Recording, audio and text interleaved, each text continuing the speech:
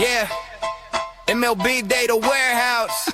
Where the spreadsheets glow and the takes get spicy. John, Tim, Doc, let's go. Welcome to the warehouse. Stat stack to the ceilings. Exit below's flying. Launch angles got a feeling. Tim in the corner with the prospect report. Reading fan graphs, blurbs like it's soft court sport. Junior in AA, Tim's losing. Welcome to the warehouse. This is your host, Kanak. You can find me on the X at Fantasy Aceball. Doc is shaking his head. He's not used to the rap anymore because Doc is only usually on Doc's Dynasty Hour where we have a nice country tune for him. And he's like, man, I forgot about the rap. So there you go, Doc. Back into the rap here. But if you're watching on YouTube or XVision, you can see that we have 4 people in this podcast. This is a special episode where we're going to be doing an early FYPD mock for you. But to introduce my fellow friends here, we have the great and powerful Ross Jensen. You can find him on the X at Ross Jensen. We have good old Cali super lib now. Owen Hurd. It's like, I don't know about that. Owen _ FBB. And then we've got Doc from Tejas, reporting from Tejas. Chelada in hand, Doc? No chelada, bro. I'm in like this weird part of Fort Worth. Wait, you ever heard of gentrification? Yeah. Yeah. It's this. So apparently I'm on a hotel. It's a nice, you ever heard, like the Hilton hotels, they have a tapestry collection. That just means it used to be a homeless encampment like 2 years ago. And then they bulldoze it and they take all the homeless people and throw them in the desert or something. I don't know what they actually do with them, but they're not here anymore. And so I'm against that though. For all the listeners out there, Ross Jensen Prospects Live does not associate with that kind of talk, and I certainly don't endorse the dumping of homeless people anywhere. They're human beings, darn it. It's Owen's idea, really. Only homeless people drink coladas? But my point is, there's no gas stations around here. Like, it's basically like a second world like kind of area. I have no idea how to explain it. It's basically clean, but there's nothing here. So I don't have chelada, bro. What's that country? There's like an Asian country near the Philippines or something where they like kill people for littering. Yeah, this feels like that kind of place. Do you know what that country is? I think you're muted. You're muted, Owen. So I was gonna say in Singapore, I think they'll cane you even just for spitting. Yeah, I think they like cut your hands off or something if you litter. Their streets are like so clean that you can like lick ice cream off of them. Doc is in Singapore, Texas. I don't know how that happened. You're a trans-dimensional being. We gotta talk to Abby Loeb or whatever about you. At Doc Eisenhauer, the alien, the real Martian. Get out of here, Jason. So we've got a FYPD coming your way. It is going to be amateur only. We are not going to be including J15 or international signings. Obviously, like we don't even have postings or anything yet. So this is our super early FYPD. We'll probably do another one off season. But this is for fun. And what we're going to do is we're going to have a snake draft. And to make sure that we have a completely fair and random draft order, everybody can watch live as we select our draft order. Generate draft order now. Drum roll, please, Doc. Come on, Doc. What is that?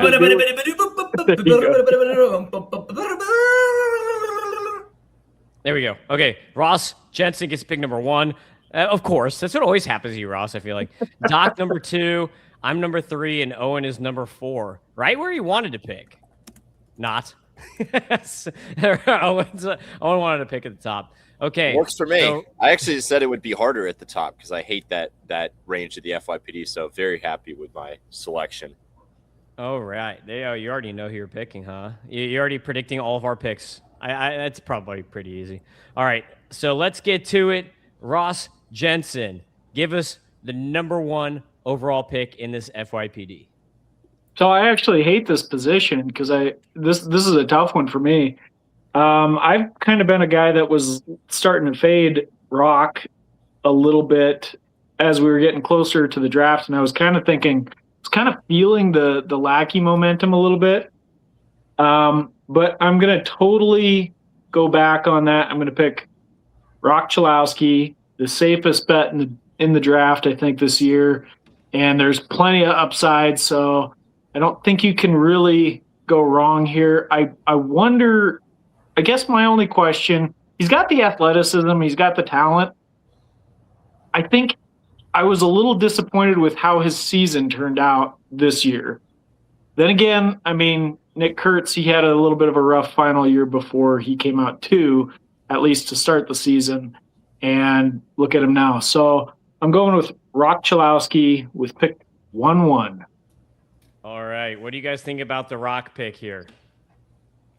Very chalk. Very chalk. You got anything to say, guys? Tune in. Yeah, I mean, I think I was just. I'll just say real quick at number 2. I was hoping that he would get crafty and do his ballsy Ross Jensen thing. Can't believe he castrated himself live on air like that. But anyway. Yeah, how can I do that? I just totally sacrificed this character I've been building for years. You just JKG'd yourself. Yeah. All right. So, Rock chalk. Yeah, that would have been my pick too. Is Rock. So I mean, this guy is a stud. He's like everyone likes to compliment Bregman. He's a good fielder. He's a shortstop. I think there's probably more power in his profile than what Bregman has ever put up. Like a lot of Bregman's power came in Houston or in Boston, which are friendly for righty pull power. I think that he has more power in the bat than that. Like a 106.5 90th. I don't think Bregman's ever got that. Like Bregman's more like probably like a 104 90th guy offhand. But really good contact rates, really good hitter. Like, yeah, just super safe. I agree with you. Like, is he going to be Connor Griffin? Probably not, but he's like almost banked to just be a really, really good player. Like 270, 280 hitter who can hit 25 bombs. Like that's a pretty good player to have. And he's going to move fast too. That's an added benefit. Yeah, I think he's a really good and the best combination in the draft of upside and floor. And I think just to add on to what you said, Tim, realistically, like it probably won't happen, but he's a guy that could be major league ready at the beginning of 2027. So I think that just when you have kind of, the combo of a fantasy friendly profile, also kind of at the cusp of the majors, I think it makes Ross Chalowski the clear 1-1 here. Yeah. All right, Doc, are you ready for pick number 2? Yeah, man. Really appreciate you making me one of the top 3 because I'm going to be very transparent. Whatever I do in this draft, you should definitely do, folks. All you listeners, you should do it just because I get lucky a lot. But that said, I don't know what I'm talking about for the most part. I've basically been cramming for the exam this last week or so. Funny enough, I'm doing this. I'm not going to get into score sheet talk, but if anyone knows what score sheet is, I'm basically playing HTML baseball for like the last generation of autistic people. But I told you were an alien. Yeah. Well, I have the 4th pick in that one, so I actually have had to figure out who the 4th is to me. Anyway, it's 2's pretty easy to me. I think that while Lackey is interesting, I'm not going him. I'm going Grady Emerson. But while Lackey would be my alternative pick, maybe he's interesting. But if they're going to stick with him as a catcher, like that's going to prolong his development. And Grady Emerson, great name, classic baseball name, Grady Emerson. Who's going to be the better Emerson? Him or Colt? Okay, that'll be fun, right? But yeah, Grady looks like the real deal. Great build, more room to fill out too. Seems like you have that really safe hit tool. So he's like a more well built, more projectable Kevin McGonigal. Like I don't know. It sounds like a lot of fun to me. Yeah, I like that. I kind of agree. Like that's a pretty solid comp because his hit tool is so good that he could be like a better McGonigal. So you just have to wait. That's the difference, right? When you're picking between these two guys, chill out. Like I think Emerson has the higher ceiling to Rock, but Rock is just so close. He's gonna be like Owen said. He could be in the majors. He could break camp next year, and it really wouldn't surprise me, especially because the White Sox are competitive. So especially also because he's has a really good glove. So I think it's really interesting. The Rays, though, I don't know if I like the Rays picking him because the Rays actually slow play guys more than most teams do. So it's like, when will we actually see him? We'll be in like 6 years, like 5-6 years, because the Rays are the type of team that usually only have guys go up like one level per year. Like we were watching Theo Gillen light it up right now, and I don't think we see Theo Gillen next year. I think he's probably still going to be in the minors for a whole nother year. I think we're probably lucky that he went from high A to double A and made like a 1-level jump in a year just because of how conservative the Rays are with their hitters. But yeah, I like it. What do you think, guys? Yeah, I think it's a fair point in with the fit with the Rays and how they've had a tendency in the past to slow play prospects. But I do think another thing worth noting is that he went to a private school in Fort Worth. It's not the kind of same level of comp as a Southern California guy or kind of a big kind of baseball hotspot. So I do think it would have added a little bit of time to his development path anyway. But I do agree that I think if all comes together for him, the ceiling is higher than Rod Shalowski. But I think the timeline is going to be significantly longer until we see him in the majors. Yeah, I think I mostly agree with the commentary as well. I mean, as I'm kind of like looking at the profiles, I'm kind of just struck by this notion that they're very similar. To me, the ceilings seem very similar. Like they could turn out to be the same kind of player, but Chalowski's just closer. He's just closer to being able to do it and show it on the field. So that's the only difference for me. I also considered Emerson at 1-1. So, not a shocker to see him go here. Yeah. All right. I'm on the clock at number 3, and I'm going to go chalk here and pick Von Lackey. So Von Lackey, this kid's a beast. Like the only knock on him is that he's only had one really good season. Like if it wasn't for that, he might have gone 1-1 because he's like a 70 great defender as a catcher. He can also play third base if they want to get his bat in the lineup. It's not like the type of backup catcher where you have to stick him at DH. Or like try to hide him at first or do that thing. Like he could live third base and be like a good third baseman. You don't have to. I mean, like Soderstrom is pretty athletic for a catcher guy who moved off and played in the outfield. I think that Lackey could kind of follow that path here, but he has speed too. So I think we've got a good hitter. I think his hit tool is more like a 55. But I think he's got upwards of 60 power where he's going to be a high 20s home run guy. Maybe he'll hit 30 in his peak seasons or whatever. But he's going to throw some speed in too. So like you could get like 15 bags from him, I think, in the majors. Like in the minors, he might steal a lot more. He might be stealing like 25, 30 bags just for fun. But I think in the majors, he's probably more like a 10 to 15 steal guy. You don't really see catchers, even very athletic catchers, run too much. They're trying to save their knees and whatnot. So, like, if he does stay a catcher, he might not run as much. But if they did decide to, like, move him off position and have him play other positions besides just catcher, then maybe he does steal a little bit more, which would be that'd be like the best position combination. If you could get a catcher / third base, those are such rough positions to have. That would be fire to get a catcher / third baseman if that actually came to fruition. What do you guys think? I think you covered it. Exactly my thoughts. Also could have been a number 1 pick in my opinion. You even touched on him only really having that one great season, but man, what a season it was. I think he's very deserving at number 3 for sure, and merited consideration higher too. Yeah, what do you guys got, Doc? I mean, I think I already said my thing about him. I mean, he's high ceiling, if they develop him as a catcher for fantasy purposes, that could take a while. Yeah. All right, Owen, you ready? Or you want to say something about Vaughn real quick? I'm ready to go. All right, let's hear it. Pick number 4.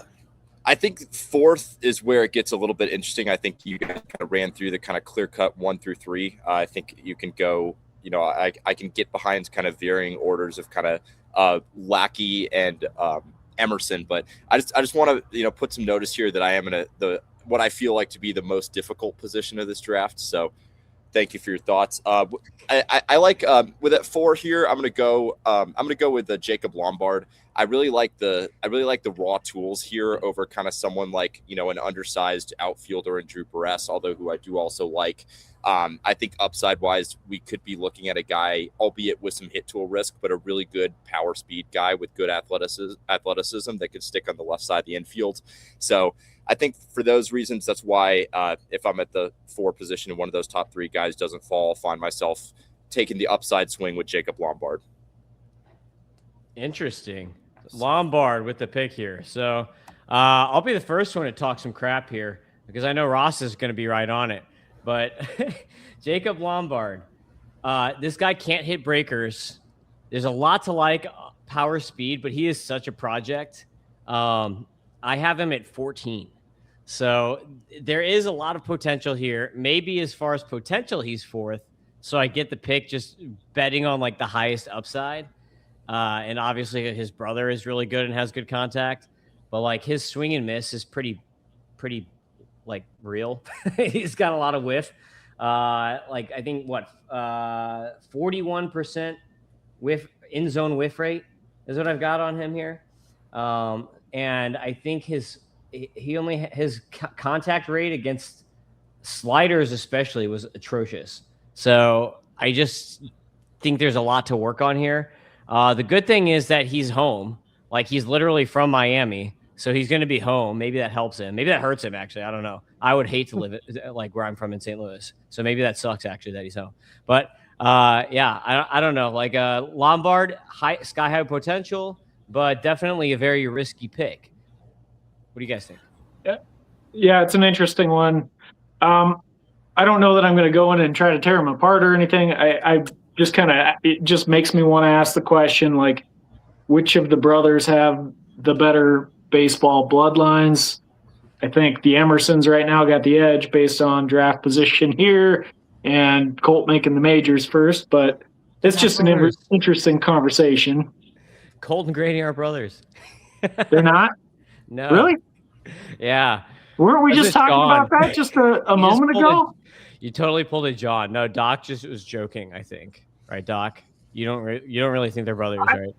So here's the crazy thing. I'm going to tell you exactly what I'm dealing with right now. So I didn't call them brothers. I just thought it was funny they had the same names. But then Ross started talking. I'm like, I didn't know they were actually brothers. No, they're not. Like, although they are both from Texas. And I go to Google, and Google says they are brothers, like the AI overview. So I feel like AI is probably making that up. Yeah, they're not brothers. So my I'm on a roller coaster of emotion. My two counterpoints to this here, if I may. Unless I'm wrong, I don't think they are, dude. But when I'm looking at like somebody's wrong here. Anyway, continue. I don't think they're brothers. But to my counterpoint, I think Lombard is a profile where even if he stays a below average hitter, the rest of the profile is fantasy friendly enough. If he's a 240, 250 guy, he can be a 25 guy. I do think he has that upside. And we've seen all the time. We've seen quite frequently. Termarr Johnson had a supposedly flawless hit tool coming out of high school. I mean, now he probably won't even hit enough to be a regular middle infielder. Connor Griffin had hit tool concerns and hit the upper minors in his first pro season. So I do think that some of the reports about hit tools in high school can be exaggerated and ran away with. And I do think I'd much rather bank on a prep guy with some hit tool development needed versus kind of a high floor, low upside college guy. Let's just settle the matter. Google has some silly articles that say they are brothers, and that's messing with AI. And I'm dumb for saying that they're both from Texas. They're not. For whatever reason, I was thinking like Aiden Smith or something. Colt Emerson's from Ohio, which, although there's no clear-cut answer on the internet these days, and the internet has gotten worse since like the last 10 years. Remember 10 years ago, you could Google something, and it was like actually a lot of the time true. And now AI has destroyed us. SEO you was can the just first. You could just pump fictional articles, Yeah. and then AI will think it's real. It's the anti-AI podcast. Yeah, you have to type in no hallucinations, brother. All right, what do you got next? This is a snake hero, and you got another pick. Yes, for my second pick and the fifth pick, I'm going to take Jackson Flora. I think Flora is the best arm in this class. I don't think upside wise he has kind of the true number one upside that we've seen in kind of some past arms, but I think it's 3+ pitches with good control. I think he's a guy that could move very quickly. I think we could see a very good number 2 in the big leagues for a long time. I think the fastball is a borderline double plus, if not double plus pitch. I really like the fastball. I really like the fit in Oracle. Really good pitcher's park for him. Good size too at 6'5", 205. And a really good strikeout to walk ratio in his final year at UC Santa Barbara.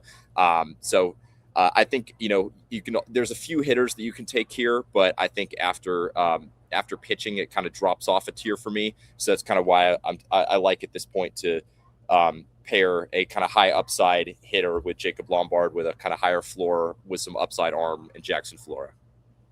What do you think about Flora versus his former teammate, I guess, Brenner?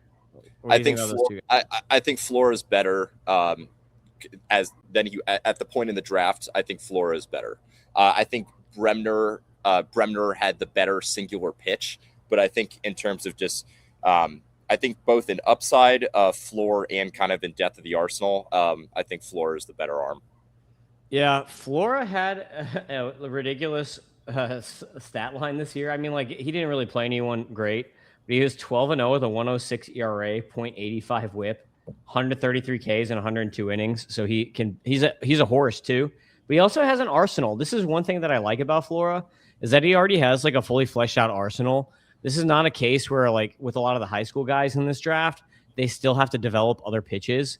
Like, this dude already has, we just saw his cutter. He's got a ridiculous fastball. He's got a crazy release point on his arm, which is makes everything play up a little bit more. You see how he's almost like sidearm. It's like low 3/4. So I think I've got like a 4.5 VAA is what he's at. His extension is lackluster, but he does have good VAA. But he also throws 2 sliders. He's got the cutter and the gyro slider and the regular slider.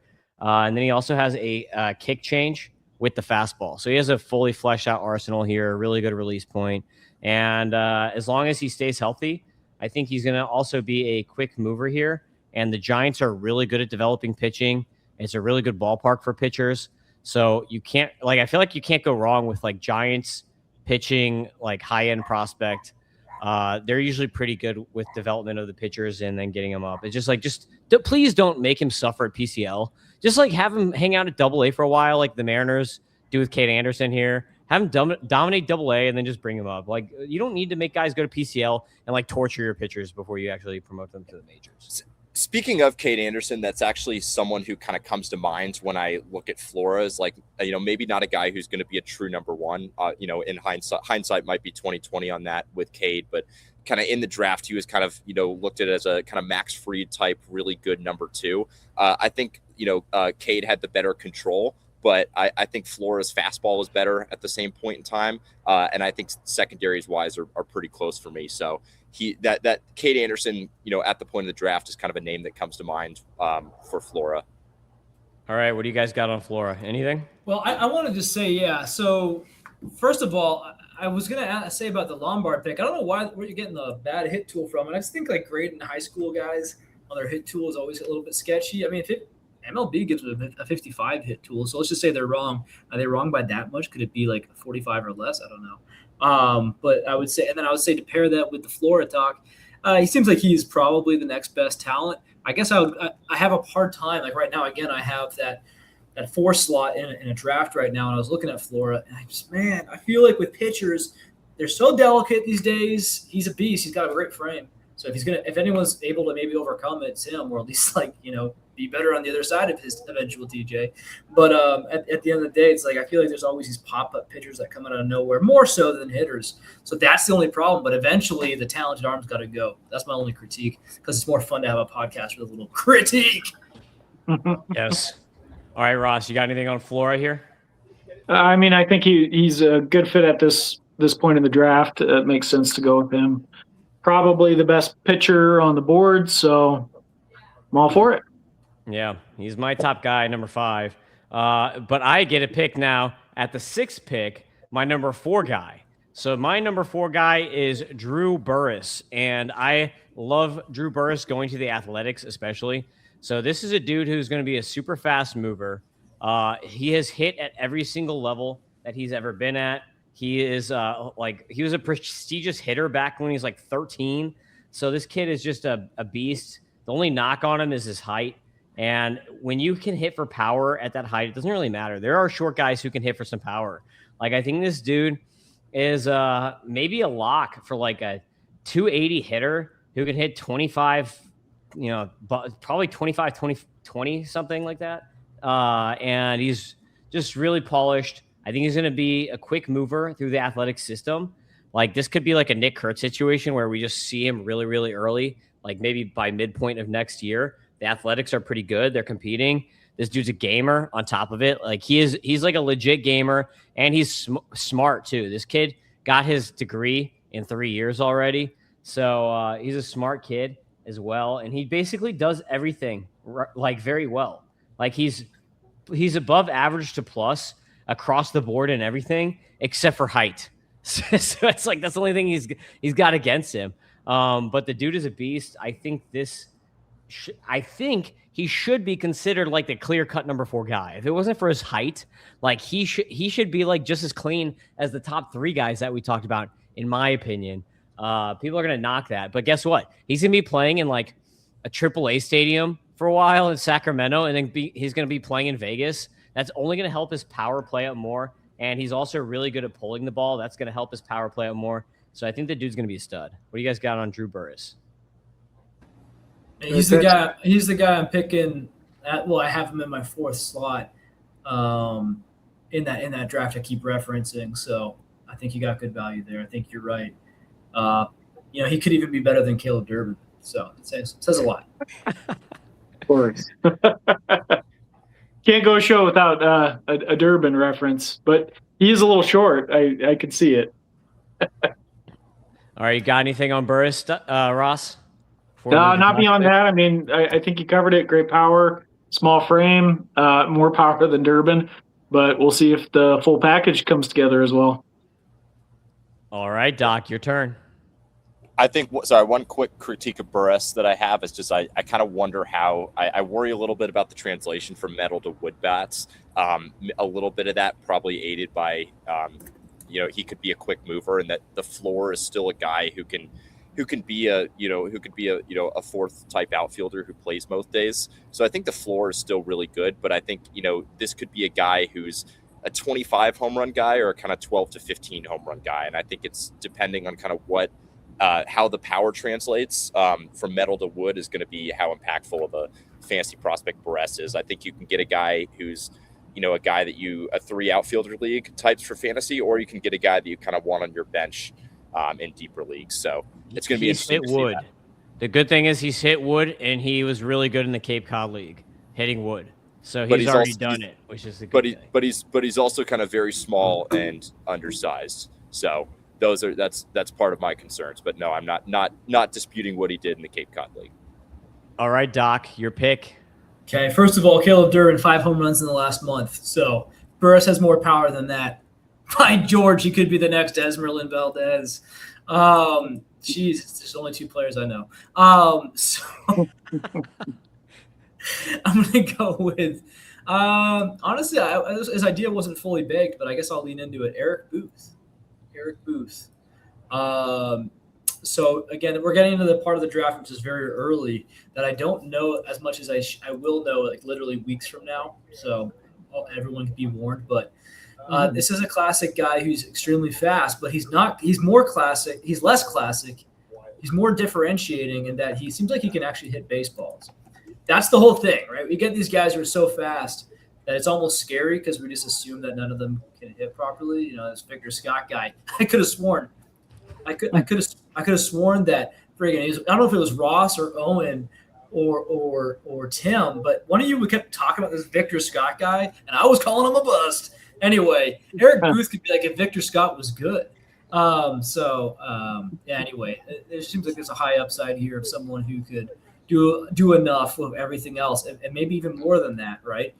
Again, he was your miles off top 50 prospect before Caleb Durbin was. Listen, they can't all be Caleb Durbin and Esmeralda Valdez or Miles Michaelis, dude. Let's just say some of them are going to have to be Victor Scotts. And by the way, there's still a redemption arc possibility. Let's not get down the rabbit hole. Eric Booth is a fresh leaf. We're going to turn over that leaf, and we're going to wish the best for the kid.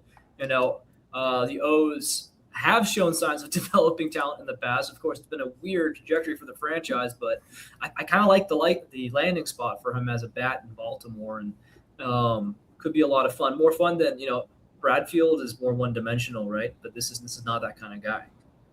Yeah, so I'm going to give you my critique here on Eric Booth. This is why I don't like him. If I can get that hand position. I don't like his swing. I do like him athletically. I still have him So I still think it's a good pick, Doc. I got him in my number 8 guy. I don't like him as much as other people, just because I think he has a lot of work to do on the swing. Look at his hands. His hands go down before he's swinging. He has like this weird hand load thing going on here. I just don't really like his swing, but he's a kid. I mean, he's a high schooler, but the dude is an athletic freak. I'll tell. He was like the fastest player in the draft. He has like ridiculous power. He's basically like a football stud who needs to like learn how to actually like get his hitting stance down. But the thing is, he actually has good contact skills. So that means that he sees the ball well, and he actually has a pretty good plate approach. It's not like this is Elijah Green 2.0 at this point. But I just don't really like, I think he needs a lot of work in that swing. I don't really like what he does where he has the hands out and then he brings them down before he swings. It's like, if you're going to do the Ohtani, you kind of need to go full Ohtani and just keep the range of motion going here. But this is me, like, as a baseball coach trying to like dissect the swing that it needs some work. But he's an athletic freak for sure. What do you guys think? Great pick. I agree with your analysis pretty much, Tim. The one concern I think is, how does that swing translate? What is he, Bo Jackson? What do we got going on here? The description you just gave, that's the only thing I could think of. So, yeah, it's a fine pick. I do agree that there's going to be a little bit more work to get to those hitting skills. All right, you get 2 in a row here, Ross. Who do we got for number 8? All right. Well, I wasn't ready until this last second, so I'm going to make my 2 picks here. The first one is going to be probably the biggest reach so far. I'm going to pick Cameron Flukie, and I'm going on pure upside, pitching upside. He had a prorated season, so I think that has a lot to do with why he fell. There's some issues with, he's got to improve his control, I think, his command, but he's got great stuff, and so I'm going with the talent. Might be a project, but I'm going with it. All right, I'm gonna get some video here. I promise. I'm just waiting for ads to load. I don't want to make everybody watch the ads. They're not paying me, so we don't have to watch those ads. But yeah, Cameron Flukie. I guess like one knock on him could be Coastal Carolina. It's like he wasn't playing against the most elite competition. And it's kind of like, okay, let's dream on the stuff here. I have Flukie, just to let you know where I've got him. I've got him at 22, so I'm not as high on you as you on him. He does have a good fastball, but I think he's got a pretty good, I think it's the breaker that I kind of like too. But he has work that he needs to do on the arsenal. It's not as full as Flora, where it's like, okay, this guy's got like 4 really good pitches so far. It's almost like Flukie is like a 2-pitch guy right now, and he's got some work to do. And he's definitely could be a stud. Like, he has top of rotation potential. It's not like, hey, you're picking a guy here with Flukie who is a number 3 or something. Like, he could be a top of the line guy, but he has, even though he's a college guy, I feel like he has more development work than some of the other college pitchers, but he also has higher upside at the same time. Yeah, that's basically exactly what I'm thinking with him too. I mean, this really flies in the face of everything that I kind of am known for, really focusing in on the numbers, because he really doesn't have that, and especially against the competition that he's been playing against at Coastal Carolina, to your point. But I think when it comes to the draft, you kind of have to dream on the upside and the development potential. So that's what I'm thinking. Yeah. You guys got anything on Flukie here? Yeah, I agree with what you said, Tim. I think the fastball curve is it's a solid foundation. I think Flukie can be a kind of mid-rotation guy. The Tigers are also an organization that's done well with pitching lately. Troy Melton looks great. They've had some guys that they've kind of developed through their system. I'm not the biggest fan of the slider. I think and I think either that pitch or the changeup is going to have to come along for him to kind of raise that ceiling a bit. And I think as of now, Flukie's kind of a high floor type arm that would be more of a second rounder in deeper leagues for me. I just think it was probably a reach. That's all right. Ross, you get one more. You get one more shot to make Doc happy. Well, I'm going to go the opposite direction, probably make him less happy, and I'm going to reach in a different direction. I'm not going to reach for how he was picked in the draft, but it's going to be a reach for how he was listed on big boards, and that's Zion Rose. I think he fell due to injury, but I think that he's a really talented hitter, and probably a little bit more hit over power right now. I think that there is power in there, and we're going to see some of that develop over time. So he's going to be my next selection. Big fan of this guy. He was ranking really, really well in the Pitcher Digs batter game score for NCAA hitters as well before he went down with his injury. So, yeah, I'm gonna put some stats up of it, or some. I like that. I think that's a way better pick. You're improving. No, I mean the only reason I said that about the last guy is just because. I mean, I just think in terms of pitchers already kind of sketchy, reach on one like that. But this guy, no, he's a freak. This guy's a freak, yeah. He's a good athlete. I like the Royals; they're fun. Normally I'd be a little bit more concerned. Like I see his ratings on his fielding, and I'm like, is this guy even going to be able to stick in the outfield? But you got to remember how bad some of the Royals outfield has been over the years. So I don't think that's much of an issue. I mean. Just all you got to just be able to stand there, move. He's got the athletic ability. Just try it. Hopefully he can become serviceable. I think that's I do like that pick. Yeah. So Zion Rose only played 36 games last year because he was hurt. Walked more than he struck out. 24 steals in 36 games, and he had 6 bombs on top of it. So the dude is an athletic freak. He hits the ball really hard too. Where is it? I had his exit velocity data somewhere, but I can't find it right now. But he actually hits the ball really hard too. So this could be like a 20-30 guy. Like he could be like a really impactful fantasy asset here. And the thing is, the Royals need outfielders. Like their outfield has sucked for so long. Like I can't even remember when was the last time they had a good outfield when they won the World Series. Like it's been so long since they've had a decent outfield. I feel like that's always been their problem. Is like they've been playing like Kyle Isbell at every position in the outfield for like 5 years in a row now. So Zion Rose is definitely someone that they need. They need kind of like that electricity.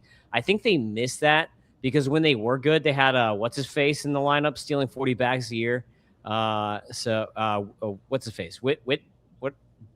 Not Bobby Witt. What's the other kid? The other guy who's 28. Come on, he was on the Royals forever. Oh, Lorenzo Cain. No, dude, the middle infielder. They had a middle infielder who was like broke out when he was like 28. Alcides Escobar. No, not him. Never mind. Oh, no, is that Escobar? I thought he's a white guy. I'm talking about a white guy, bro. Oh, no. white dude. He's a white dude. You talking about a current Royal or a previous Royal? Previous Royal. Hunter Dozier? Dozier. No, man. No. I'm talking about his fast. Whatever. People are yelling at us right now. Whit Merrifield. Yes, Whit Merrifield. I knew it was a Whit. Like, there's just so Whit, whatever. All right. Go ahead, Doc. Pick number 3 for you. I like that pick. Zion Rose, great pick. I was trying to think of more like esoteric Royals. I took too long. Now the comedic effect won't be there. We'll think about everyone else. Think about more random baseball players to pull in conversations like that. I'm gonna go with the real. I don't think this is a reach at this point. But you're gonna go for pure upside, and we don't really know who this guy's gonna be, what he's gonna be, any position he's gonna be. Really, I'm gonna go with Jared Grindlinger. I don't even know how to say his name, but Grindlinger is the fun way to say it, so that's his name. So this guy is actually, could have been one of these American Otanis, and I thought with the Angels picking him, actually maybe they would go for it, and maybe they will. So they're going to actually go with him as a pitcher for now, but you never know, right? He just turned 17. This guy makes Eli Willits being drafted looking like a senior citizen. He was 16 just a few months ago. So hitter. He's not pitching. They announced him as an outfielder. Are you sure? Pretty positive. About as sure as I'm sure that Grady Emerson and Colt Emerson are not brothers. Let's. Gemini disagrees. With who? See, look, outfielder. There it is. He announced him as an outfielder. Boom. Is that fact? Yeah, dude. I like that. I like that better. But are we 100% sure? I could have sworn they were going to make him a friggin' pitcher. I like him either way. Well, right. Do you know that? Let's hear it on both. Okay. Here's the deal. Yes. Here's the deal. So the kid is already 6'3", 190. Again, as almost 16 years old. So we have a guy who's like you can pick him here. Now, of course, it's kind of crazy because we have an interesting situation where normally that's almost too young. I thought they picked him as a pitcher. I just love the guy anyone who's talented enough to be a stud, worthy of a high draft pick at either way. That's just a talented ball player. It's like Bryce Eldridge. I didn't really care, right? It's like, go. Hopefully they can give you two-way. If not, clearly you are an athletic specimen. You know baseball, especially if you can be a really good pitcher. Well, you kind of have, you can get inside the mind of a pitcher better. If you go to the batter, you were a pitcher for a long time, whatever, or you're a good one at least. So with this guy, I think there's a lot of projection, obviously just based on his age. But then you also look at okay, maybe the downside would be he's too young. They're going to take their time with him. No, they're not, because it's the Angels. It's like, and so it'll be fascinating to study this kid's arc here, his progression, and how much patience they're willing to give the kid. You kind of actually root for a little bit of patience here, but would it be shocking to see this kid in the big leagues before he's 20 years old? That's normally a crazy statement to make, but he's got so much time, right? Like he could be in the minors this year, next year, and then the next year and still be 19 years old. So I think it's fun. Like there's a lot of crazy upside here. It's a risky pick, not a great developmental organization necessarily. It's funny. If he was a pitcher, I was going to say maybe he blows his arm out and becomes a hitter anyway, but yeah, I guess we'll see.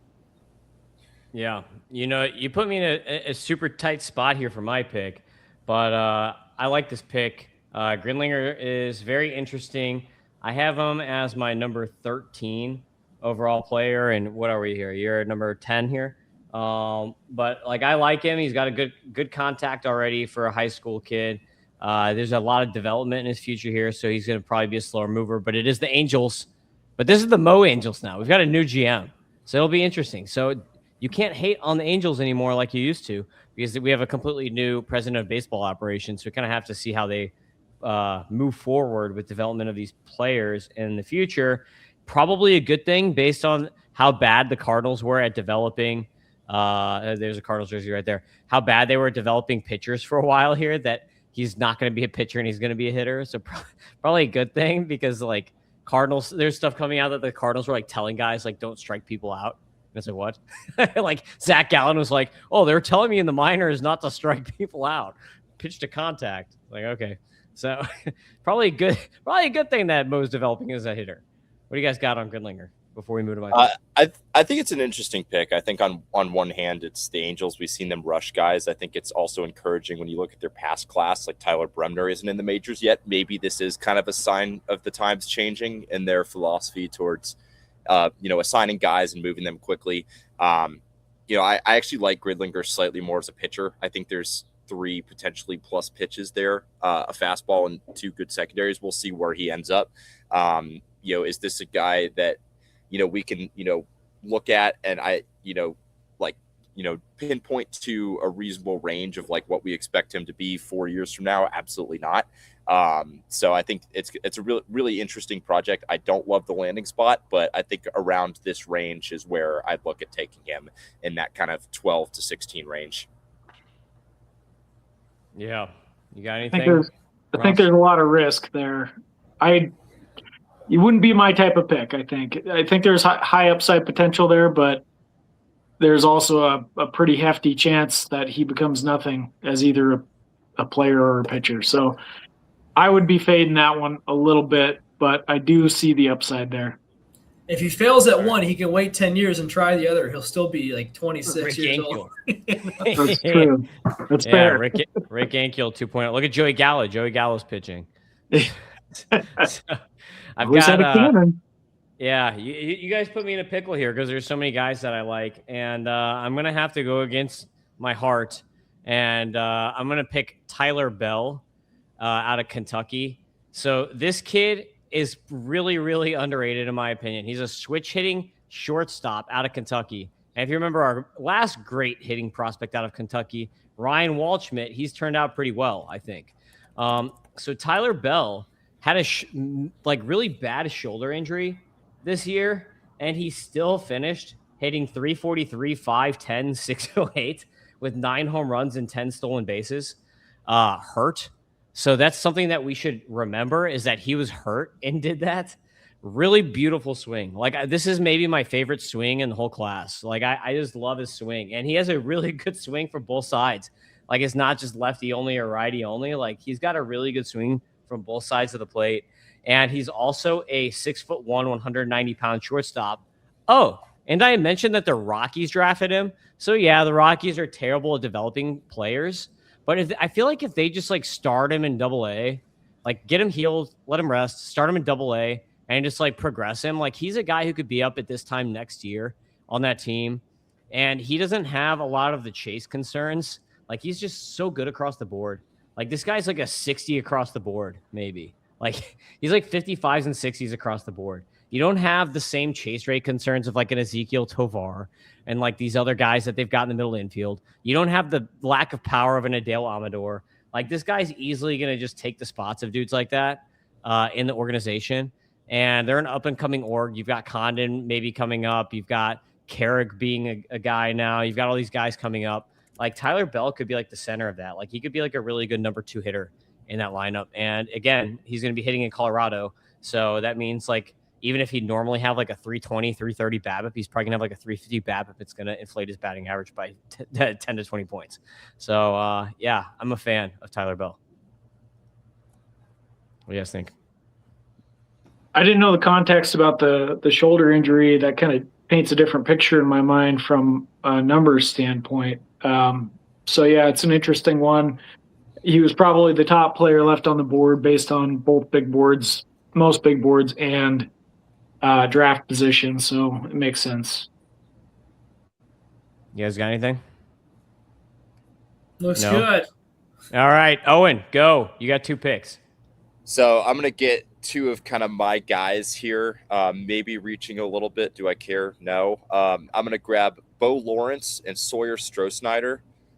2 of my kind of favorite guys once you get into the kind of teens of the draft. I think even I'd argue these guys are more kind of borderline to back end top 10 guys for me. Love Lawrence's frame. I think this could be a 30 home run guy with a good hit tool who plays a good third base. And then with Stroh-Snyder, just really good power speed, good defender in the outfielder. I think this could be a guy that, could move very, very quickly. And the Brewers system, really is a really interesting fit there. So Sawyer Stroh-Snyder and Bo Lawrence are going to be my 2 picks there. Yeah, I like those picks. Bo Lawrence with the Dodgers. You can't hate on when the Dodgers pick someone because they're going to be good. The only concern is obviously like that Dodgers have like 1 billion outfielders. So what is he? Is he trade bait? Are the other guys trade bait? I don't know. Like what's going to happen with that clog? The Dodgers are infamous for holding guys in the minors forever. Lawrence, I think, profiles more as a corner infielder. For context, Stroh-Snyder is a guy that I think will be in one of the corners, if not center field. Yeah, Lawrence was a shortstop. I just don't I don't know if he sticks there because he's a big guy, but that's why I kind of think third base, first base, but I think he has the bat for either. Yeah, I was kind of thinking. He needs to learn how to spell his last name, though. It's a huge knock for me. It's supposed to be L.A. Lowrance. What do you mean? That's Southern, dude. That's like right. Bo that should be right. Lowrance. Lowrance. That's Bo Lowrance, boy. It's like that. It's like that Key and Peele episode, Lowrance. Aaron. All right. You gave me both so fast. I don't even have time. I don't even have time to throw up Sawyer Stroh-Snyder on here, so we won't watch any video of Stroh-Snyder because I don't have the time to pull it up since you gave me 2 so fast. But that's good. Stroh-Snyder, 115-mile-per-hour exit velocities in college at TCU. This dude can rake. It's kind of weird that he fell so far because he was like almost seen as a lock. Did he sign yet? I'm wondering. I think he did today. Yeah, I thought I saw that. The big knock on him is chase rates because like the whole thing, the weird thing is everyone is like, oh yeah, like this draft was weird because everybody was focusing on contact. It was like Ross was drafting for every single team in this draft, where it's just all focused on the hit tool. Just means they've learned a thing or two. yeah. There's definitely power speed here. He had a 282 BABIP, which is weird for college. So it's like, okay, how much did that affect his batting average versus the chase? Because he does have a significant amount of chase rate here, but like the tools are off, there's definitely a ton of tools here, and the Brewers picked him. The Brewers are really good at picking guys and developing guys and whatnot. Like they don't have a lot of failures except for Brock Wilken. But so you're sure You shut your mouth. You shut your mouth. yeah. But I like that pick. I mean, it's a ballsy pick to pick Stroh here, but the exit velocity, the Statcast stuff kind of screams off the charts. And so did Ryan Waldschmidt. This could be like the Ryan Waldschmidt pick, right? Where Waldschmidt was a second rounder or whatever, and he was like the big exit velocity speed guy. So yeah. I think, and last thing I'll say on these two, I think it's why I kind of feel very comfortable getting to the kind of my guys a little bit earlier than I would in previous classes. Is once you kind of get to the teens of FYPDs, at least how things are looking for me for now, you kind of get to the, maybe not great fantasy guys, like the, like the kind of, the higher floor guys, the Chris Hasopians. You get to the high risk prep guys, maybe Brody Bomia is a guy that you kind of look at a little bit after this range. So I like I'm not the biggest Ace Reese guy, but I think kind of this, I feel more comfortable than previous years of kind of reaching for my guys early than I kind of have in previous years. It feels like it's top heavy, or I wouldn't say top heavy, but like it seems like there's from what I had heard leading up to this draft, it seems to be coming true. Like there's lots of talent throughout, but not necessarily the sexiest top. No, so it's not top heavy. It's like it's like you're super. It is, deep. But it's not. You know what I mean? Like there's like some superstar core at like 3, maybe 4 guys, probably 3 guys at the top, and then you don't really know where the chips are going to land at this point. Yeah. All right. Well, you gave me a dream scenario here, Owen, because now I get a pick at what pick are we, like 15 or something like that? I don't know. This is our last pick. No, we got 5. 20. Yeah. No, you get 5. We get 5 picks, bro. You get 2 more. Oh yeah. Yeah. Don't worry. This is an hour and a half podcast for sure. So I got Trevor Condon. I get my boy. I don't know how you guys did this to me. I get my boy Trevor Condon here. This kid is ridiculous. He's a gamer. I love his attitude. I love his mentality. He even took a pay cut. He probably didn't have to. I feel like he did it because he's such a gamer. And then the Cardinals got Rocco today. They signed Rocco, so I love that. Maybe we'll talk more about Rocco later. But this kid has a 60 grade hit tool, and he's got 70 grade speed, and like he's got a big frame. There's going to be more power in there. And, like he gets comps to Pete Crow Armstrong is like the comps people were giving him in the class.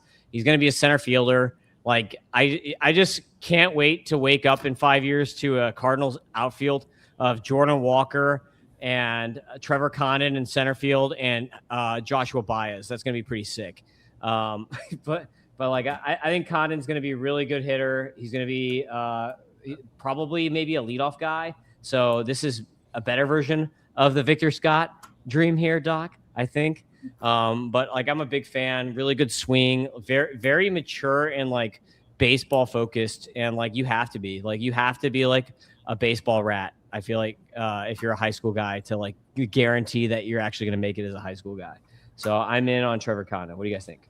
I do have some thoughts here, since Trevor Condon was the third guy that I was thinking about when I did my 2 there. But I think, I agree with what you said. I think it's more of a kind of a leadoff profile. It could be like, I think ceiling, you could be looking at, like a PCA, like just a really good kind of power speed with a better hit tool that PCA had at the time, fantasy outfielder. On the flip side, I think, on the other hand, you could look at like a Dante Nori, Slade Caldwell type outfielder that, not the most appealing in a 5x5 and kind of more of a points league guy. So those are kind of my 2. That's the floor for Condon is a little bit of kind of my concern there.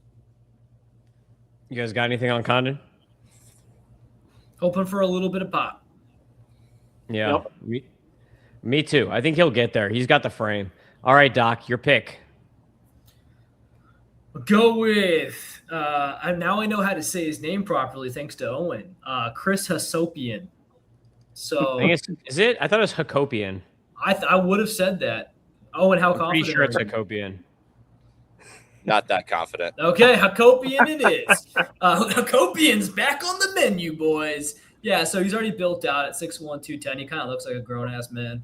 right? It like kind of looks like Alec Burleson to me. So it's like, and maybe that's who he's going to be, Yeah. right? So, and that's like, well, that's like the best outcome. The other outcome is Shanuel, maybe, right?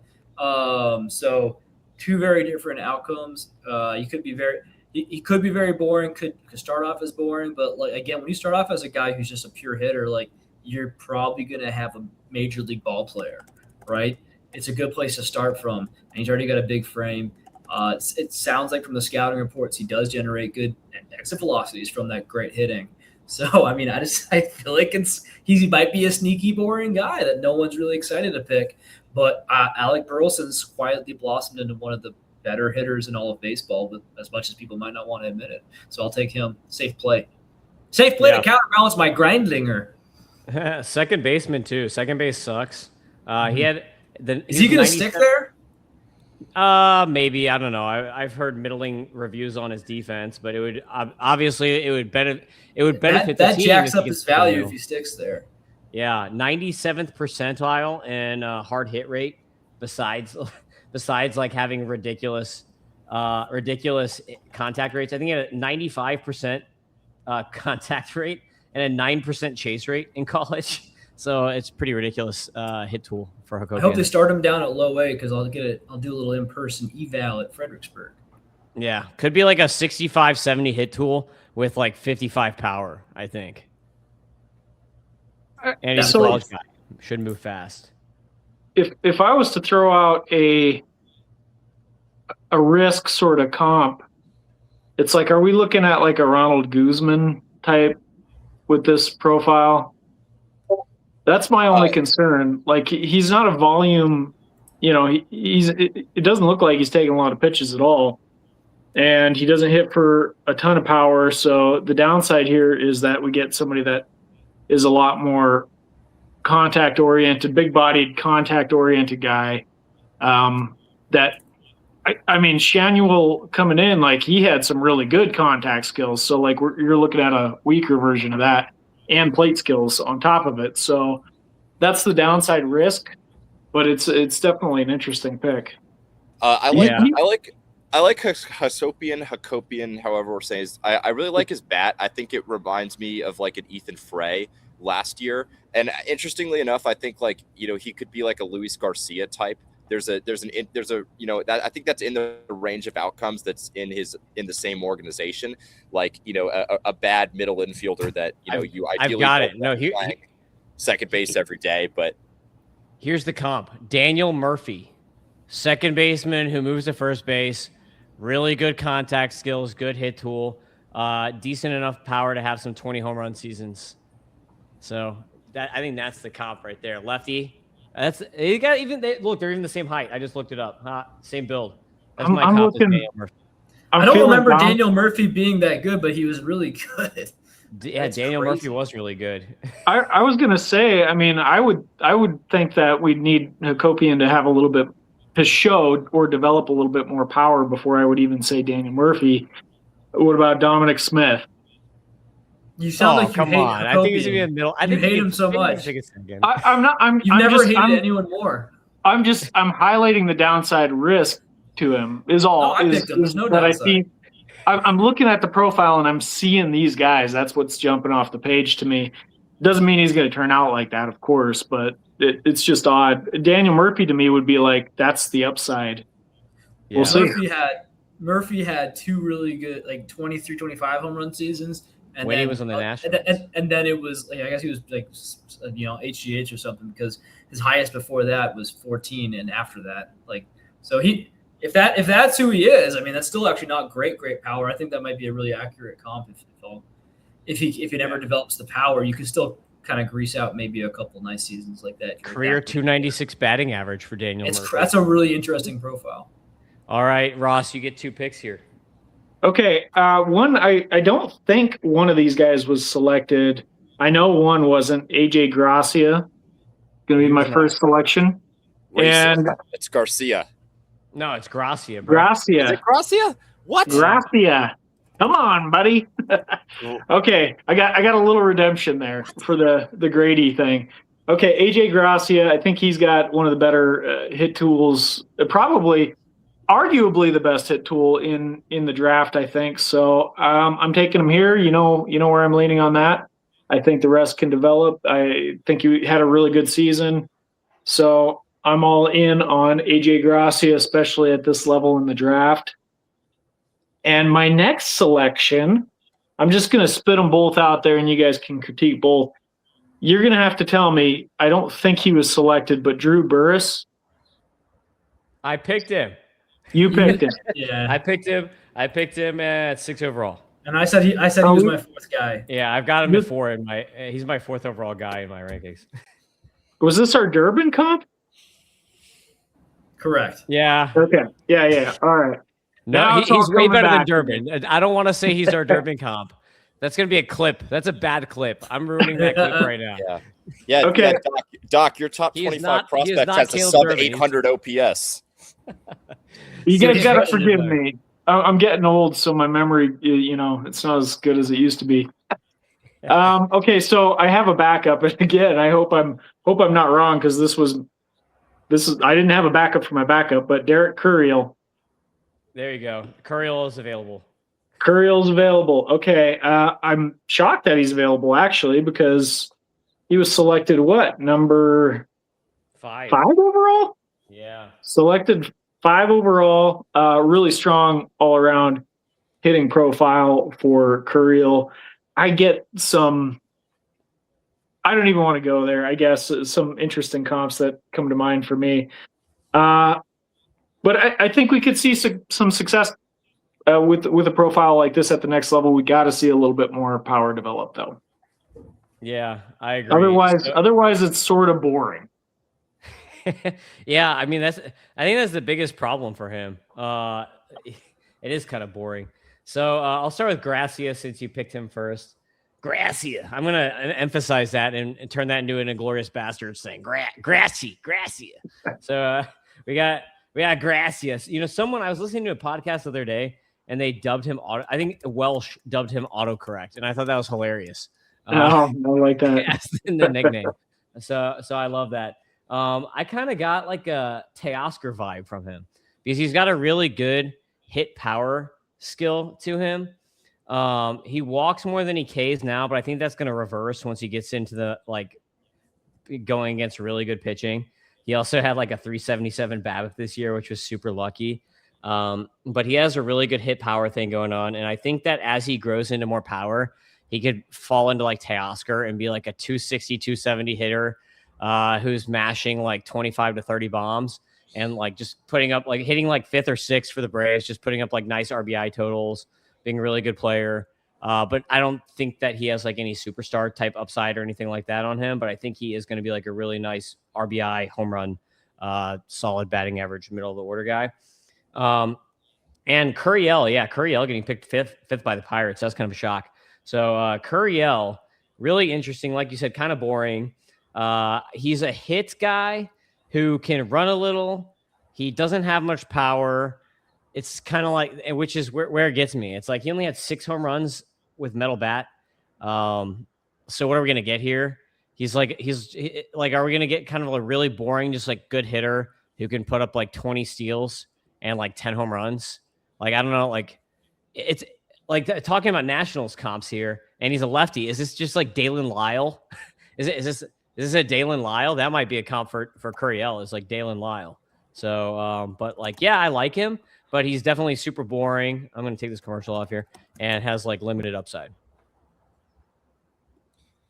What do you guys think about these 2 picks? Owen, Doc? Yeah. Agree with you kind of on Curiel there. I don't, it's not a super sexy profile to me. Like he'll give you a good average, maybe double-digit stolen bases, handful of stolen bases, and a little bit of pop. I don't really think I don't think even if the hit tool is kind of more of a potentially plus. If it's not a plus hit tool, like this is a guy that'll be on waivers in a lot of leagues outside of points. Doc, you got anything on these 2 gents? Curiel, nope, I had a hard cutoff to leave 1 minute ago, so no. All right, pick. All right, and so I'll give a shout out in case someone else picks him. I was thinking Carson Bolamount, and maybe that's the smart pick, a little younger with a lefty, but I'll go. I'll go actually with my gut. I'll go with Taylor. Was it Rabies or Rabe? Taylor Rabe, yeah. I would probably Rabe. pick him just because I kind of I like watching it KC, so it's a little biased. But also, just I mean, like what the scouting reports I've seen on him, I don't know too much about these guys yet, but it sounds like his fastball is unbelievable, and he throws tons of strikes. It's like, all right, well, that's like a really good thing to start off of, and he's 6'5", Mississippi kid. So we'll see what happens. And he got his Tommy John out of the way. So that was a 2025 right before the 2024 season. So that's one way to look at it. Of course, if he blows it out again anytime soon, it's the opposite. But it sounds like at the worst, you get a really good reliever. I don't know. If someone throws that many strikes, you probably want to keep him a starter.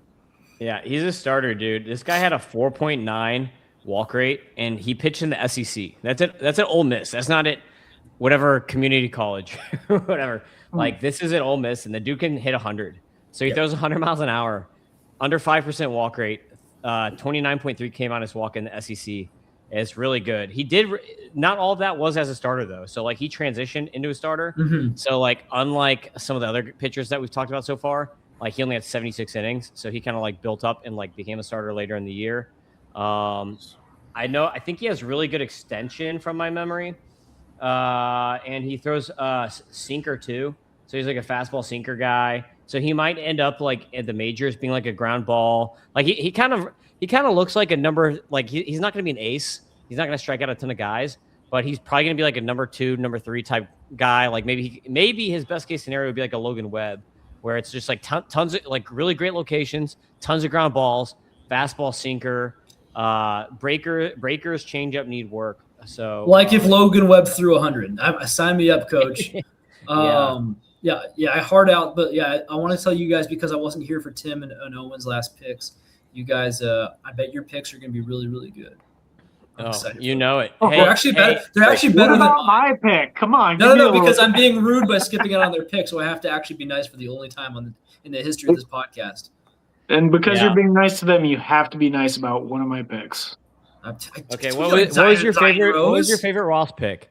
Favorite Ross pick? It's probably Zion Rose. There you go. Are you going to take that, Ross? I'll take it. It's good seeing you. It's good to see you, Doc. Get out of here. Get out of here. All right. Come on, bro. Yeah, move the camera. Yeah, give us the crotch shot. All right. I have as my last pick. This is a super underrated guy. You might have to boot him. I'm not sure he realizes. Yeah, let me see. Get out of here, Doc. Yeah, we're just gonna look at his chair. Every hotel has a chair in the corner. Yeah, I mean he's gonna jump in the shower and walk by. Yeah, walk out without his towel on. So. Whoops! I didn't realize it wasn't on. All right, I got a pretty interesting pick here. I'm jumping this guy. So I have this guy's my number 9 prospect, even though he was picked at 23 overall, and that is Cade Townsend. Talking about another Ole Miss guy. So he just picked an Ole Miss guy. Now I'm picking an Ole Miss guy. I love Cade Townsend. This guy has a 6-pitch arsenal already. Let me put him up here. Because I didn't even get to put Ray's video up because I was just focused too much on Doc there for a second. So let's throw this video up here while I talk about him. But I love this guy's delivery. It's very deceptive the way he throws. And he throws from a 3/4 arm slot. His fastball has a ton of ride to it. Hits 98. He's got, what does he got? He's got a curve, 3,000 RPM curve, 12.6 curve. So that's really sick. Change up. Like he's just got a whole, like really good arsenal all the way across the board. He's got a splitter. Is his change up, slider, like just there's his curve. So this guy just has a lot of really good pitches. I like his spin. I like his ability to get vertical break on the fastball. He's got a full arsenal already. I think he's super underrated. Like I can't believe that he signed for like under slot too. Like I guess the Cubs must have like really, give him a convincing argument or whatever. I don't know to like to come down that much. But I really like Townsend. I think he's going to be a really good pitcher. Young 21 here from Ole Miss, and I think he's super underrated. I just really like his arsenal, and I like his ability to spin the ball. What do you guys think? I agree. I like Cade Townsend a good bit. My one minimal concern would be I love like the arsenal depth. I think in terms of like starter probability, he's one of the more kind of surefire bets in the class. I think the risk with an arm like this is he doesn't have a true kind of out pitch at the MLB level. But still, I think with his pitch mix, he'll be a big league starter in some capacity. So I kind of like going for the floor of Townsend with, maybe a shot that there's more upside to be unlocked there with pro development at the end of after like kind of the 20 or so range of FYPDs. Yeah. What do you think, Ross? Yeah, get your guy. I actually kind of want to talk about Taylor Rabe because I just wanted to say this.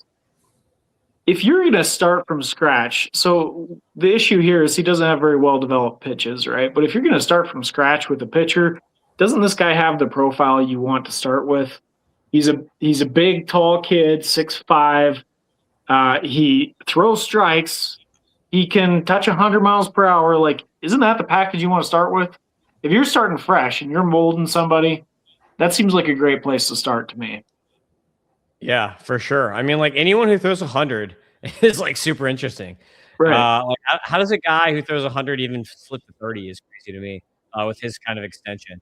So, and especially with command, it's just because he doesn't have the breakers. That's why.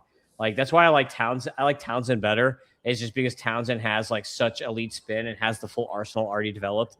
Whereas like Rabe may spend more time in the minors. Maybe he has ultimately higher upside because of the fastball and the locations. But we don't know if he can. What if he can't command the breakers? You know what I mean? I guess that's the risk. Is like, can he actually command the breakers? Like we know he can command a fastball and a sinker, but Townsend we know can command his breaking stuff. Like 8% walk rate with that whole kitchen sink arsenal in the SEC ball for Townsend is pretty good. Yeah, it's an interesting one. We'll see how those two pan out.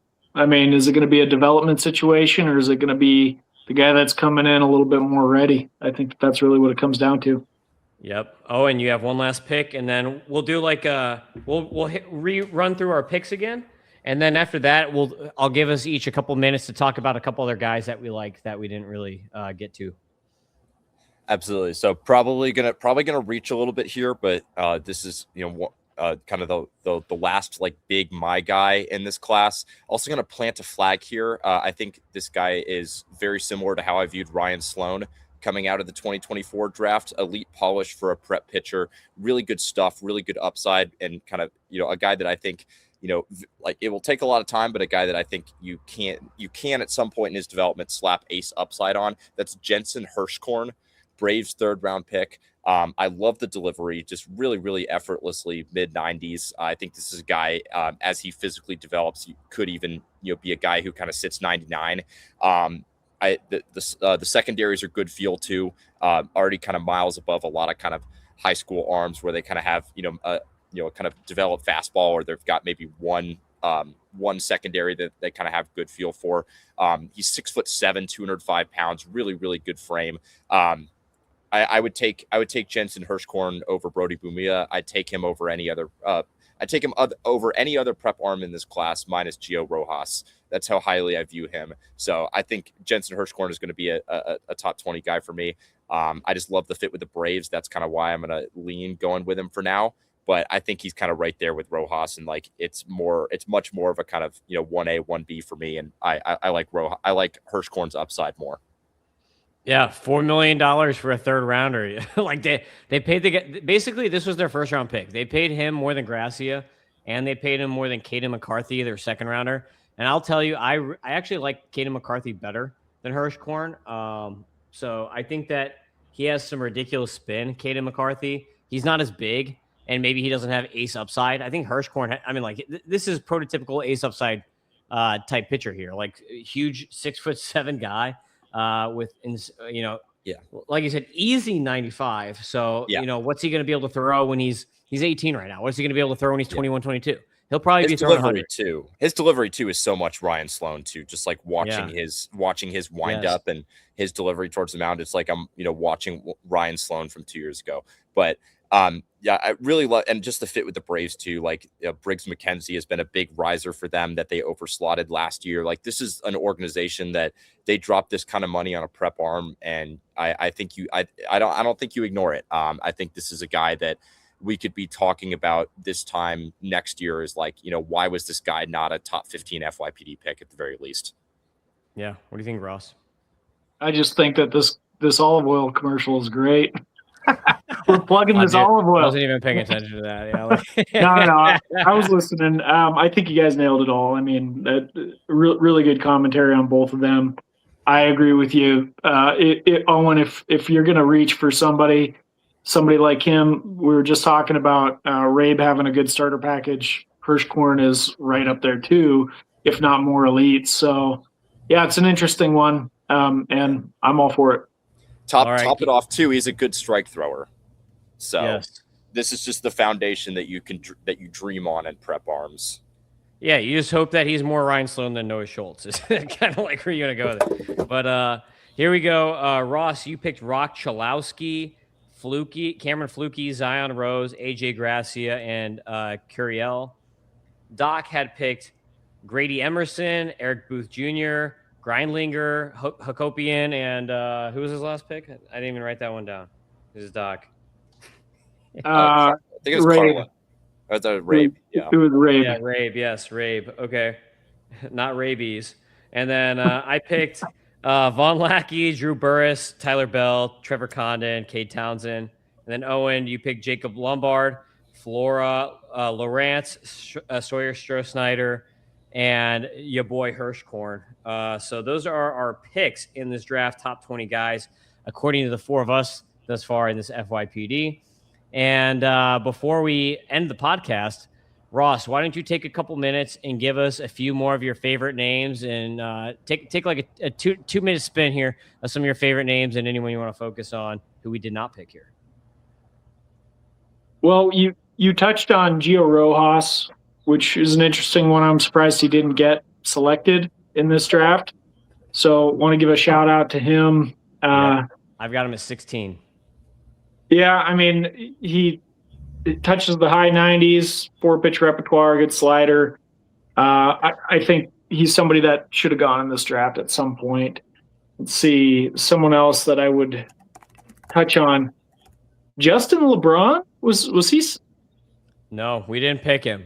That's We're learning from you. That's a fascinating one to me. I mean, like, it's probably just worth a discussion because he was all over the draft boards, it seemed like, this year. He reminds me of Royce Lewis. He reminds me way too much of Royce Lewis. Where you're like, there's so much upside. There could be so much power speed. He's probably going to move to third. Like, I don't know. I just like he needs a swing change. His swing is so bad. He just needs to completely revamp his swing, in my opinion. Like when I watch his swing, I'm just like, woof. I'm like, woof. Like. My kid might have a better swing. My 6-year-old might have better swing mechanics. So yeah. I mean, just a fascinating one. I don't know if I have much to say, but I mean, they were talking about him at one point challenging for the top end of the draft. So it's just interesting how he's fallen and didn't even get selected here, despite the upside potential that you touched on. So, yep. Anyone else you want to talk about real quick? I think those are my two guys. I'll give the floor to you guys and let you speak. All right, Owen, who do you have? Yeah, I got a couple of ones that I like. A couple prep hitters, and Luke Williams and Rocco Maniscalco. Yes. These are kind of guys I think like the speed and defensive foundation is so good that I'm willing to kind of bank on that the bat develops. You don't even need the bat to be like you don't even need either of these guys to be a plus power or plus hit tool guy with how good they are defensively and the athletes that they are. You just need one kind of 55 between the hit and the power. So these are guys that I would look at both of these guys kind of probably after the kind of top 20 to 25 picks in FYPDs. These are kind of guys that I like in that kind of around 2 to 3 range, depending on kind of what kind of draft format you're in. I mean, it's late first and 30 teamers, which I play in a lot of, but in those kind of medium-sized leagues, that's a second rounder. Keon Johnson is also another one that I really like. Houston Astros pick. I just think it's a really good floor for a prep guy. I think he kind of reminds me, less power and maybe a tad less speed, but I think he kind of reminds me of a prep Tyler Bell. Just someone who does a little bit of everything well or kind of well enough in the profile. I think it's, a 50s to 55s with kind of 145 for his speed and his profile. So I kind of really like that foundation for a prep guy. This is a guy who maybe he can mature a little bit physically. I don't know that there's a ton of physical projection left in his game, but that those three are Luke Williams, Rocco Maniscalco, and Keon Johnson are three guys that I like kind of outside the guys that we drafted. Yeah, dude, I love Rocco. I mean, I'm a Cardinals fan, but I liked him way before then, and I was like hoping, I'm like, please pick him. And then they signed him today. It makes me so happy. 17-year-old who can throw 97 and hit 108 with wood. That's sick. Like a switch hitter, like this kid's gonna be a beast as long as he sticks to it. For him, it's like mental. It's like as long as he can be a baller and like grind through every day and like work hard. Like I feel like he just has all the tools. Someone we didn't mention, Liam Peterson was not drafted. He was quite terrible in college, to be honest. But he has such good stuff. There was 101 with 20 inches of induced vertical break on his fastball. Really good spin on his breakers too. He just doesn't know where the ball's going. Like bad command and needs a lot of coaching. But the good thing is the Guardians picked him, so that's like one of the best command-oriented pitching staffs. So you think maybe they can transform him. Hopefully they can. So that's a name that we probably should have mentioned that didn't. Tegan Kuhn's I love. Tegan Kuhn's another Cardinals pick. This guy's fastball is sick. He throws from such a low release point, like 5.5 foot release point, and then it has so much ride on it. His fastball, I love his fastball. It's like a 65, 70 grade fastball. Cardinals with all these Tennessee arms with killer fastballs, like between Franklin Doyle and Kuhn's this year. But I like Kuhn's a lot. Good curveball too. And then a couple other names. I think Doc mentioned Bowman real quick. I like Bowman. This is a name I really like. Tyler Spangler, shortstop who the Phillies picked. This dude, I really like his swing, really good contact rates, good EVs.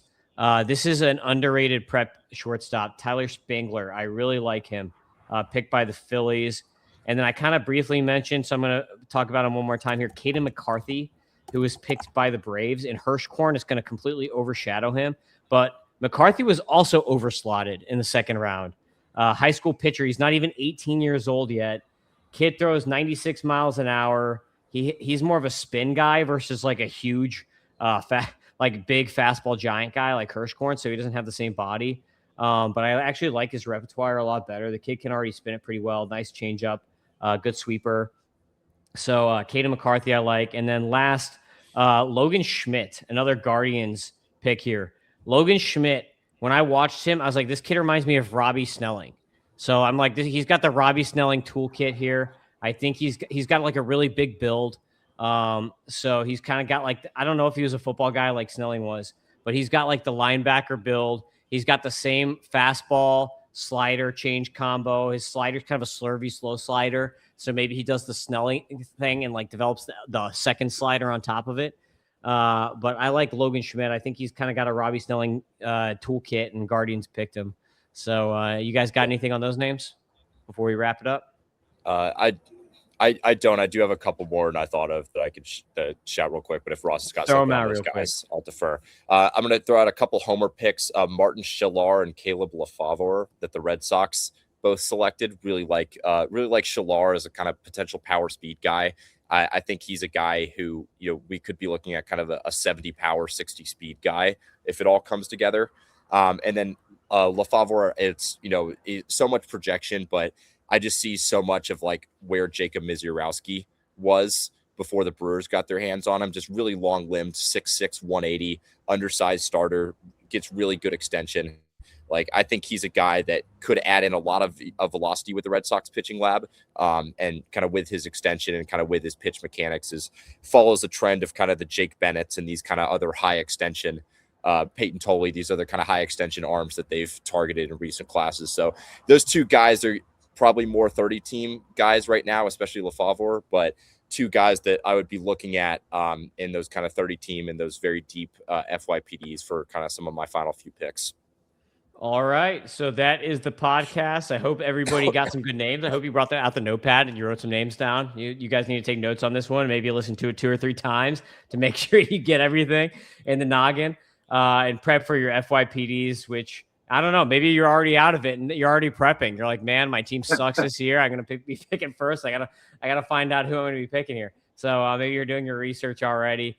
But Ross, why don't you go ahead and give us what's up at Prospects Lives? What's up at Scout the Stat Line? What's going on? What do you got new over there? I mean, everything is new. The sites are both completely revamped. I mean, go check it out. Scout the Stat Line. Daily updated projections and rankings every single day. We got a lot of cool stuff going on there. As far as the new players go, we're going to start seeing them trickle into the system as they start playing. So that will be really cool. Prospects Live, we got full coverage of the draft. So all these guys have scouting reports detailed on them. So go check that out if you're looking for some more information from people that know a heck of a lot more about the draft than I do. And we've just built out so much stuff over there. Like, we're doing now live rankings there. I've got to plug that. It means practically every day those rankings are refreshed and new based on whatever kind of movements are happening in the landscape out there. As far as I know, we're the only people that do that kind of thing, and so I think it's kind of groundbreaking, and it's worth checking out. But yeah, those are the big things. But check out both sites because we got so much new. There's like breaking news every other day. So yeah, make sure you subscribe over there and follow Ross on X at Ross Jensen, and also make sure you follow Owen _ is it Owen always mess yours up. Owen _ FBB, right? There's no Hurd in here. It's just Owen _ FBB. Yes, nice just Owen _ FBB. You're like Ichiro. you're the one and only Owen. You probably are the one and only Owen in the fantasy baseball circles. Disrespectful to Ichiro. But oh no, come on. You could eat that guy. All right. And then follow me at Fantasy Ace Ball. Make sure you subscribe to MLB Data Warehouse. If I don't say that, then John's going to poo-poo all over me. And make sure that when you do subscribe, tell John you're subscribing because of Tim and Owen, so he pays us money. Make sure you tell John that. Otherwise, he's going to assume that you're subscribing because of him, and he's going to think we suck and he's the greatest. John has an ego. We need to deflate that ego some. So go make sure you poke John a little bit when you subscribe to MLB Data Warehouse, and go and also subscribe to Prospects Live and Scout the Stat Line. So thank you everybody for watching and listening. We will see you on the next one, and everybody hit up Ross and say what's up. Peace out, everybody. You guys. Big Data Warehouse, yeah, we bring the spree. Prospects, DFS, betting strategy. John's grumpy, Tim scouting like a man possessed. Doc drafting comeback stories better than the rest. But the tools are elite and the content's free. And your fantasy trophy gonna look prestigious.